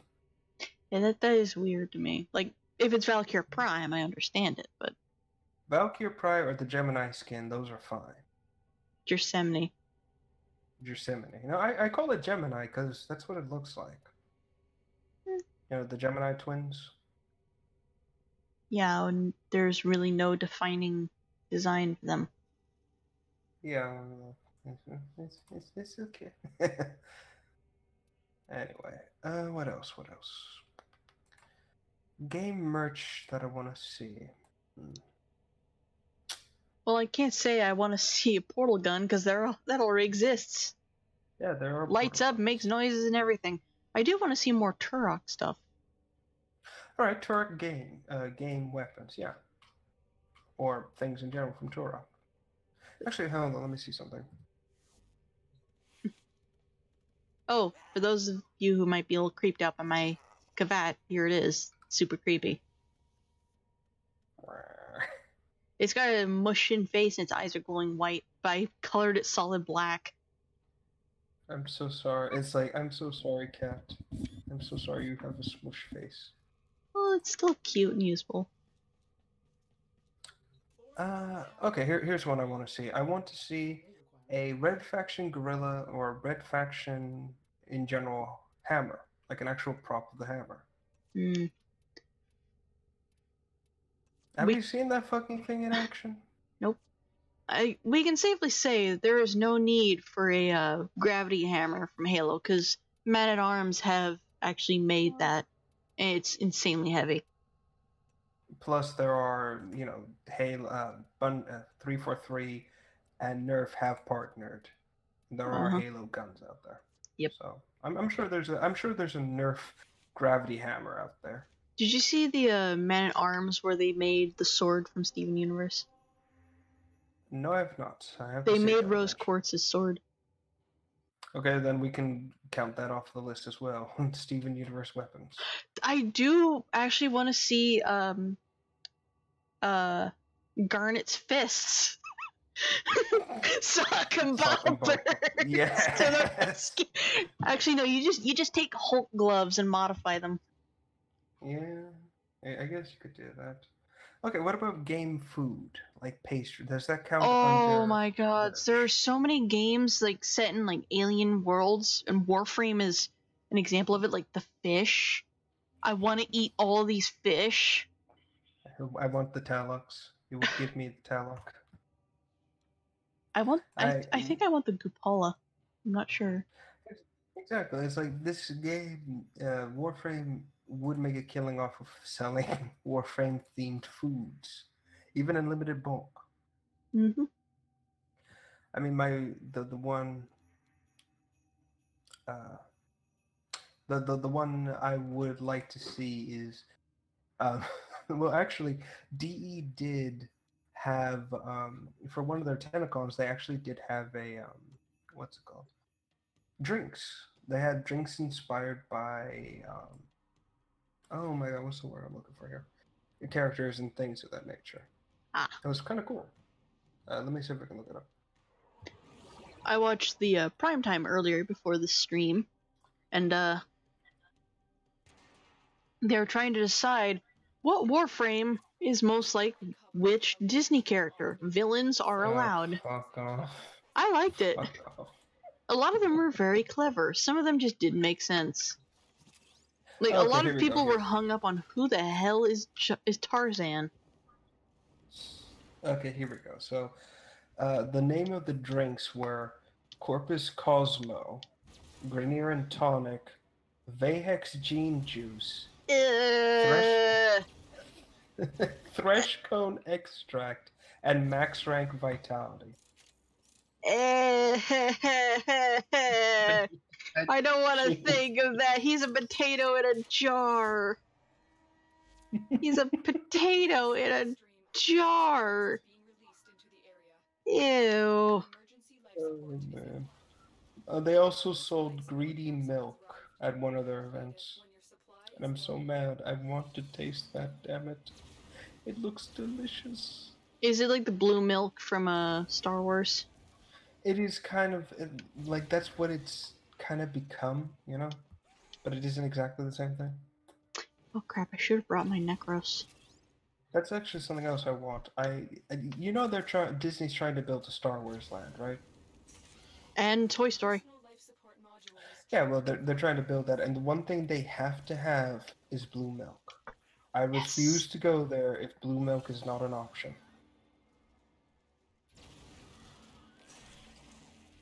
It's like, Disney, I know you can hear me. Make it fucking happen. Well, yeah, we said Star Wars. It's in the algorithm now. Anyway, what else? What else do we want to see? I guess some. Actually, no, never mind. I was about to say Overwatch, but no. I don't mind Overwatch really. Like, it's getting very tiring to hear people talk about it. But otherwise, I have no problem with it. I wouldn't mind seeing things from Overwatch, like that little onion tentacle thing. But then again, Yeah. Nerdy Nummies has made something for that. Well, one of the things I want to see from Overwatch would be like Overwatch-inspired foods. That would be nice. Well, the issue with Overwatch is that it's still Earth. There's no sci-fi about it except for the fact that it's in the future. And has robots. Sentient robots, yeah. Well, sentient robots and for some reason centaur robots. I know the story behind that robot. Yes, ORs. Orisa. Yeah, OR. That's the classification of the robot. Hmm. Yeah, I know this because apparently, just to go on a slight side tangent, apparently Doomfist crushed like a whole battalion of the fucking things. Wow. I am still The sad that Mantis- Terry Crews did not get to play Doomfist. Yes, I'm so disappointed about that. Terry Crews, why? More like It would've been Blizzard. Why? amazing. Why not Terry Crews? It would have been amazing. You know for a fact that Terry Crews merchandise as him, as Doomfist, would have sold. And you know he was hyped for it too. He was all for it. Yes, it's like Blizzard, why would you do this? Imagine the memes. Has arrived. The memes. Like, if we can go on a bit of a tangent highlighting Terry Crews here, did you ever see that that Twitter discussion where a lady wanted to put his image on her credit card? No, what happened? So there's this chick or somebody who wanted to put a screenshot of Terry Crews from Brooklyn Nine-Nine onto her credit Okay. card, and the bank said no, you can't do that unless we have consent. And Terry Crews himself commented, "I have fucking consent. Give her this card." And she posted like an image of it's with like the screenshot of his tweet, and she says they are looking it over, and then he replied with like the emotes of the fingers crossed. And then like she posted an image, luckily a censored and blurred out image, that she'd got the credit card with his image on it, and he posted like with a bunch of emotes of flexing arms, like, yeah, success. Yes. Oh, Terry he has Crews. also been on a channel that I follow called Tasty, where he made mac and cheese. Please tell me he went over the top with everything. Oh no, it was very straightforward. Like he's Oh. talking and he is making the mac and cheese on camera. And Okay. I hate mac and cheese, but I would not mind eating that. I feel a little sad though that he didn't go overboard with it. Oh, actually, here's another one. Merch from games. Actually, I think some Metal Gear merch would be nice, specifically from Rising. Oh boy. Again, this is going back to model kits. Is available. I like Let's that build- Metal Gear has somewhat become a meme. A successful start. Metal Gear. A weapon to surpass Metal Gear. It's a fucking rubber duck. It's a fucking no, but that's what I'm saying. It's like let us, Konami. We all know you fucking hate money, but get off your lazy asses. Talk with Bandai, and secure a deal so we can build little Metal Gears or robots from Rising specifically. Yeah, I all I definitely should have ask. brought my Necros Prime. That's all I ask from this. Support on the way. All right, so I guess we should move on to the other half of this: games that don't deserve the merch. Yes. I'm not saying like games that we despise, but just like games that honestly really did not deserve what they got. All Like right. like a game like let's say we have Delivered another a first person shooter that is really really good, but is overshadowed by a first person shooter that is really terrible, but it gets all the merch and publicity, stuff like that. So PUBG versus Fortnite. Well, PUBG's terrible and everybody knows that, but it's still good. Actually, I actually wanted to put this on the list of topics, believe it or not, but They're going through with that lawsuit. Oh boy. Here's the crazy thing. They're not suing them here in the States. They're trying to sue them in China. Well, yeah, China is their biggest gaming demographic because everybody in China that plays PUBG cheats, and everybody knows it. Even China knows it, and nobody cares. At the same time, they do. Yeah, but here's the crazy thing I need to say. They're attempting to sue, they're trying to sue Fortnite, Bluehole. However, they don't have a case. Like, they physically do not have a case to go ahead with suing them. There is nothing. Mm-hmm. So they're going to China because I think this is the case. Fortnite is not as big in China as it is in the States. And they're hoping that by suing them in China, they can set a demographic or a precedent that says, you can't copy us, blah, blah, blah, blah, blah. It's disgusting. Blah, blah, blah. We're a larger country. Get over it. No, it's basically, why someone's making more money than us. It's not fair. It's bullshit. Like, again, we can cover this. Like, all I know is that the lawsuit is supposed to happen throughout this week and next week. So we'll cover it when it comes out. So consider this a small taste of what's to come. Yeah. So continue. I'm watching my Kavat try and attack an ancient. It's like, honey, it's not going to work. You're very low level. What are you doing? Actually, no, they're like level 21. But go ahead. For some stupid reason, my brain is not going to a video game, but to a movie, which doesn't make sense to me. Like, this is like a huge debate. Frozen over Big Hero 6 and every other movie that came out like not that long before or after Frozen. Like, granted, for a Disney movie, Frozen was pretty good. It was just like hyped up way too much. It was talked about way too much, and it got all of the publicity, all of the merch and all that. While movies like Big Hero 6 did amazing. Almost better than Frozen. In fact, better than Frozen in general. But it got nothing. And that is honestly like the only place my brain is going to. Like, it should be going to a game, but it's not. Yeah.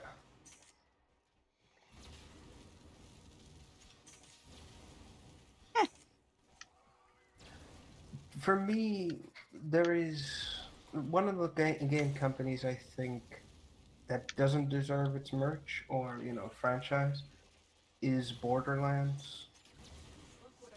Oh, gods.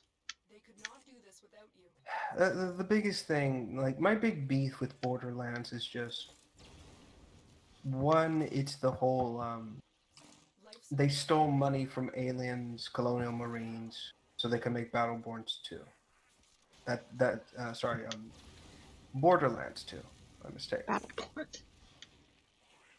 I wish there was a Battleborn 2, believe me. I actually like the game. Yeah, I've heard. Second, the guy behind it, oh god, I actually can't remember his name. This isn't me being sarcastic, this is me being serious. I can't remember the fucker's name. But, he's a total prick. Like, he's completely and utterly mean-spirited, actually hates games journalists, and lies. Actively lies to try and cover up bullshit that he does. That said... That very much sounds familiar. Yeah, I'm honestly blanking on his name. I know it's not Cliff Bleszinski, it's something else. It's... Okay, I gotta look this up. Are you gonna look up the game creator who hates journalism? Like, how do you look something like that up? Like, No, Randy Pitch. That's it. I still would like to remind you to be careful when you're calling somebody out, because we could get in trouble. Look, if he comes after this channel, I'll deal with him outside of this channel. You let me worry about the fucker. I'll let you worry about the legal stuff. It's still my channel. And YouTube is run by robots. YouTube is run by It is. It's got an algorithm that detects, like, that the algorithm is the reason why people are being demonetized. Because it's taking things you are saying out of context. I know. And I hate it for it, but anyway. But like I said, the guy, Borderlands puts way too much crap into its marketing, advertisement, and its merchandise sucks. Like you wouldn't believe. Like, hold on, I'm actually gonna look up some of the merch just to get myself. So they sell stupid, very, very like not interesting T-shirts, right? Mm-hmm. Like death metal, and it's one of the robots from the game. Let's see here. Okay, so some of the merch is a shirt, a mug, and a fanny pack. That's it. Why do I feel like a fanny pack is a reference to something in the game? It's not. I swear I remember seeing somebody wearing a fanny pack in the game. There's this amazing artist I follow who drew Borderlands so much. I guess it must have been something they drew.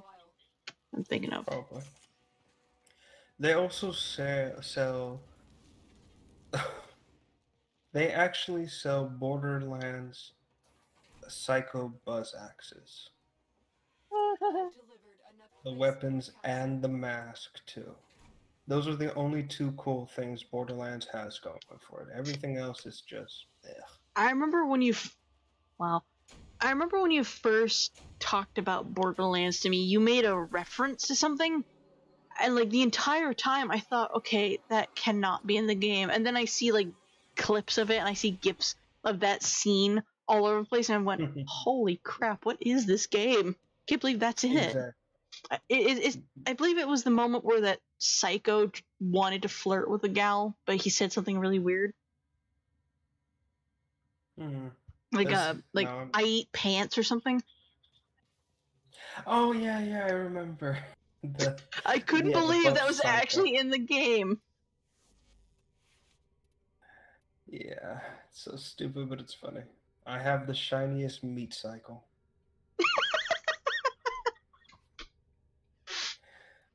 Like I said, that's the only thing the game has going for it is this lol so random humor. And honestly, sometimes it works. Other times I'm like, please stop. Please.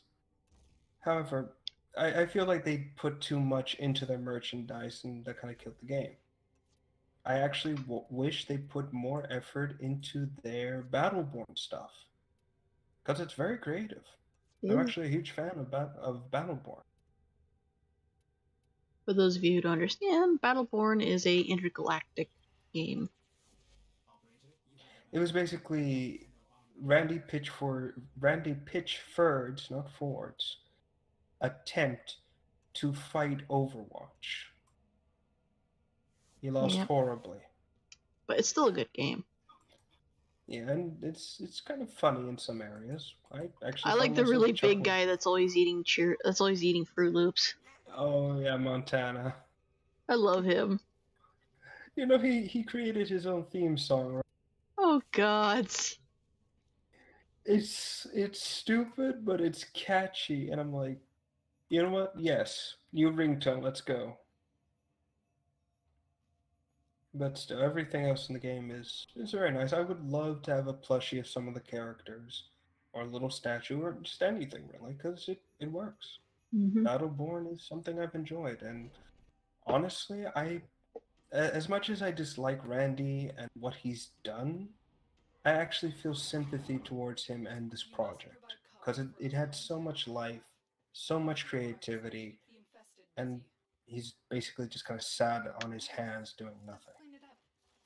So. Yep. Yeah. Oh well. So yeah, I think that's the only game I can think of that I would like to see merch from.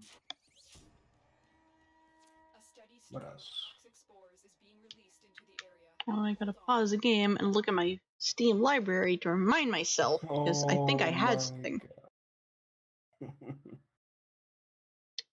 What was it? Starbound.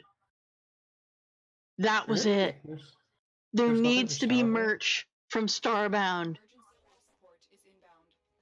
Hmm. I've delivered a life support capsule to the area. Activating it will buy you more I time. thought Starbound had merchandise. It has like online store stuff, like shirts and mugs and stuff, but it doesn't. Oh. By fallen enemies. There is merch that it would so benefit from, that it needs, that it honestly would deserve, because it has been in production for a long time.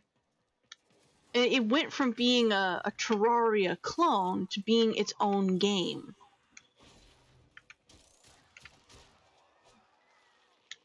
Hmm.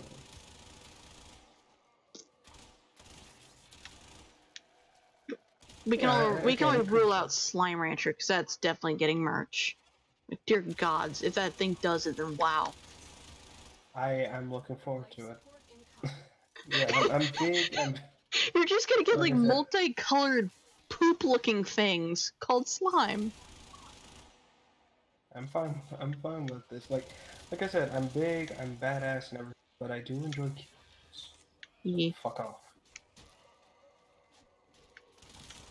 Just very angrily, just staring at the computer. It's like, I like this, and if you don't, I will fight you over it.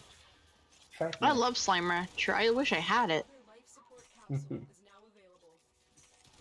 now available. Ah, I am realizing an error with this Necros build. I can't see a damn thing.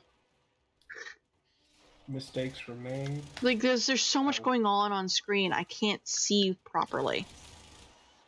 So usually when I'm shooting, I'm just shooting wildly. I can't actually see what I'm hitting. I'm sorry, I'm just kind of picturing you running around shooting at every living thing. Like, I know what I'm doing. Anyway,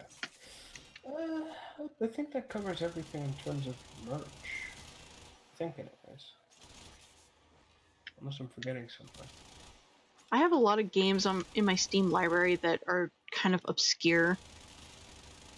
Okay. Like, there's a game called Stacking. Does anybody remember the game Stacking? It is literally Russian nesting dolls come to life. Tenno. Prepare for life support. It sounds like I might have played that. Let me see. I played it a long time ago. I actually got to the final level. But like, the boss fight requires quick reflexes and all that, and it's so difficult. I could probably beat it now if I wanted to. I remember hearing of the game, but I just never bothered to look into it any further. Additional life support It's has cool. arrived. So it's a game literally about Matryoshka dolls. Yeah. It's adorable. And I don't really think there even needs to be merchandise, because it is basically nesting dolls, and that's it. Yeah, There's just go to any vendor and you'll find Matryoshka dolls. exactly. By the way, I I guess do it doesn't actually wish I count. had some myself. They're so cute. It seems fine. I mean, I would be paranoid as all hell to use them because I run the risk of scratching the paint. Or losing the littlest one. Exactly. It's like no, it's gonna stay there, untouched.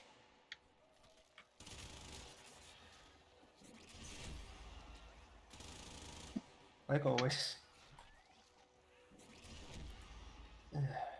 Anyway, what else? What else?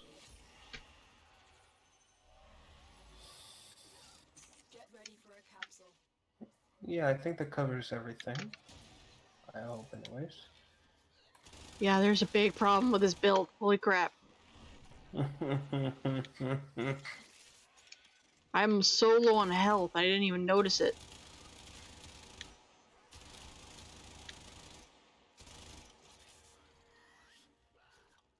Ah!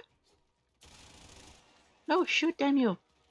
I'm running around in circles. I've delivered another Alright, well, I guess that covers everything, and I think this has been our quickest show yet. Somewhat, Or yeah. one We off. have done a 2-hour show before.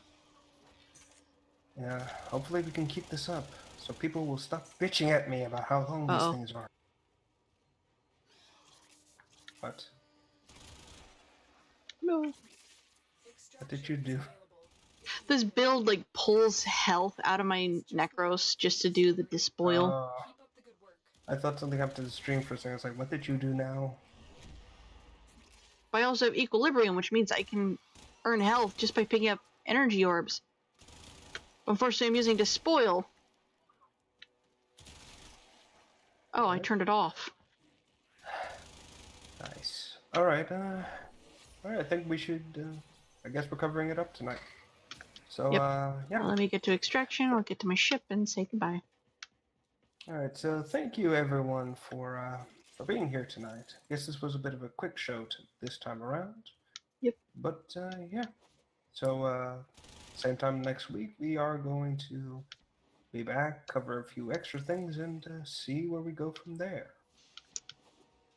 Still doing art streams in between. I did one 2 days ago, then I had to remove it because it had copyrighted music. But it was drawings for a video game idea I was working on. Yeah, I remember seeing those.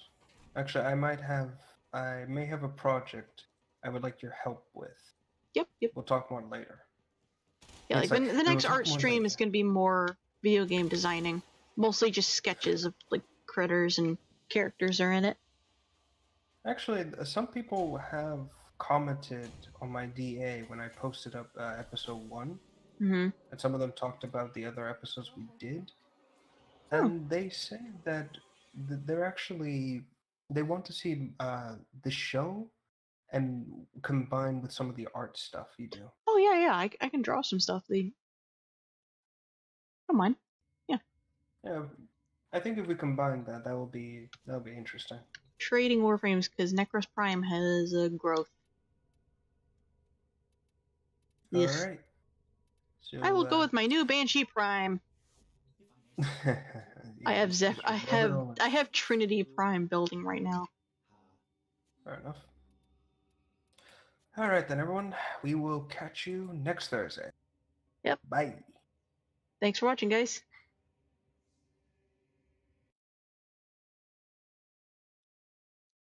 Give me a second. I have to go and get the outro music as usual. I keep closing the tab. But yeah, I'm doing art streams. I'm doing commissions now. I don't have a donation button just yet, but I will once I figure out how that works. So yeah, if you guys want to support the show, you can check out my Tumblr and look for art commissions and maybe pay for some art or just donate for the show to continue. We'll see. But yeah, see you guys later. Crap. That's not what I meant to do. Nope. Where is it? Yeah, see you guys later.